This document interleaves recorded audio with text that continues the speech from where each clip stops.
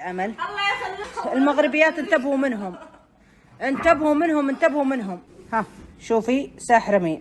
حسبي الله عليكم دنيا وآخرة يا بنت 66 كلب.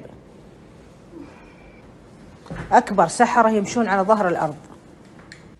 حسب الله مجد حصلناه.